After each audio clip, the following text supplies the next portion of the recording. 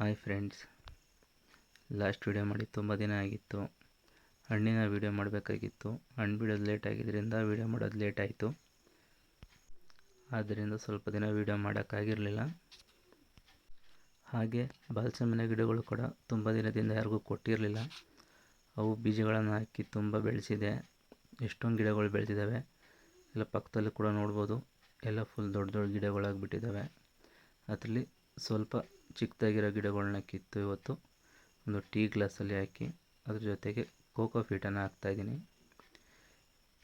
ಕೋಕೋಫೀಟನ್ನು ಹಾಕಿ full ಮುಚ್ಚಿ ಅದನ್ನು ಬೇರು ಕಾಣದೇ ಇರೋ ಥರ ನೀಟಾಗಿ ಮುಚ್ಚಿ ಇಡ್ತಾ ಇದ್ದೀನಿ. ಹಾಗೆ ಗಿಡಗಳನ್ನ ಬೇರೆಯವರಿಗೆ ಕೊಡಬೇಕಾದ್ರೆ ಅದಕ್ಕೆ ಮಣ್ಣನ್ನು ಹಾಕೋದಿಲ್ಲ, ಕೋಕೋಫೀಟನ್ನು ಹಾಕಿ ಕೊಡ್ತೀನಿ ನಾನು. ಮಣ್ಣು ಯೂಸ್ ಮಾಡಲ್ಲ ಜಾಸ್ತಿ ಬೇರೆಯವ್ರಿಗೆ ಕೊಡೋ ಗಿಡಗಳಿಗೆ. ಯಾಕೆಂದರೆ ಮಣ್ಣಿಗಿಂತ ಜಾಸ್ತಿ ಕೋಕೋಫೀಟಲ್ಲಿ ನೀರಿನ ಅಂಶ ಜಾಸ್ತಿ ಇಟ್ಕೊಳ್ಳೋಕೆ ಸಾಧ್ಯ ಆಗುತ್ತೆ. ಮಣ್ಣಲ್ಲಿ ಬೇಗ ನೀರು ಡ್ರೈ ಆದರೆ ಕೋಕೋಫೀಟಲ್ಲಿ ಬೇಗ ನೀರು ಡ್ರೈ ಆಗೋದಿಲ್ಲ. ಕೋಕೋಫೀಟ್ ಜೊತೆಗೆ ಗಿಡನ ಹಾಕಿದ್ಮೇಲೆ ಆ ಗಿಡನ ಒಂದು ಕಡೆ ಇಟ್ಟು ಎಲ್ಲದಕ್ಕೂ ಚೆನ್ನಾಗಿ ನೀರನ್ನು ಹಾಕ್ತೀನಿ. ಏಕೆಂದರೆ ನಾನು ಈ ಗಿಡನ ಬೇರೆಯವ್ರಿಗೆ ಕೊಟ್ಟು ಅವ್ರು ತೊಗೊಂಡೋಗಿ ನೆಡೋವರೆಗೂ ಅದಕ್ಕೆ ತೇವಾಂಶ ಚೆನ್ನಾಗಿರಬೇಕಲ್ಲ, ಅದಕ್ಕೋಸ್ಕರ ಕೋಕೋಫೀಟ್ ಹಾಕಿ ಅದಕ್ಕೆ ನೀರು ಹಾಕಿಟ್ಟಿರ್ತೀನಿ. ಎಲ್ಲ ಗಿಡಗಳಿಗೂ ಸಹ ನೀರನ್ನು ಹಾಕಿ ಇಟ್ಟಿದ್ದೀನಿ. ಸದ್ಯಕ್ಕೆ ಇವಾಗ 6 ಗಿಡಗಳು ತೆಗೆದು ರೆಡಿ ಮಾಡಿ ಇಟ್ಟಿದ್ದೀನಿ. ಇವಾಗ